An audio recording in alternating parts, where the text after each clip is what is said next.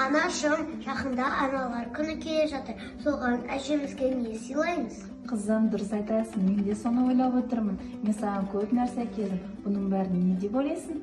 Әрине бұны мен білемін. Бұл түрлі түске боялған қойдың жүні ғой. Әрине қызым, қойдың жүнінен не жасауға болады? Текемет басуға болады. Бүгін екеуміз қойдың жүнінен әжемізге арнап білезік жасаймыз, және де түрлі түсті монша жасаймыз. Кәнекей екеуміз бірге жасайықшы.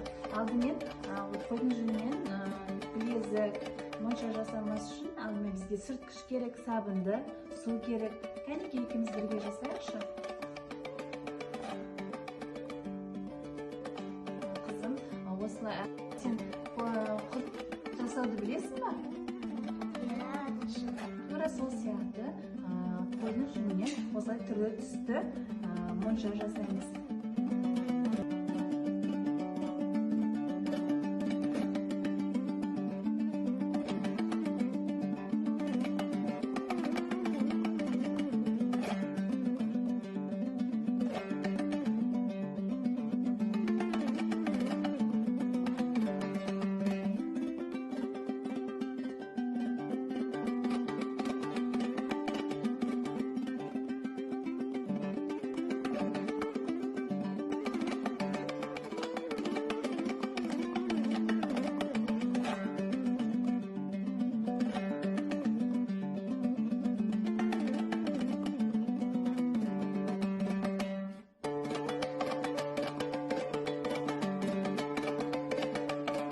Қызым, міне моншақтар дайын болды. Кәнекей мойныңа тағып көрейікші.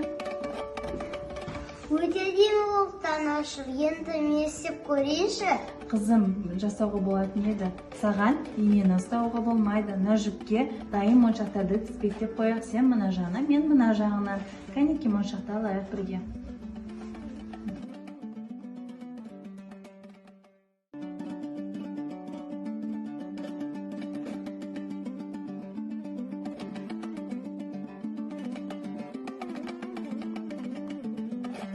Мінеке моншамыз дайын болды.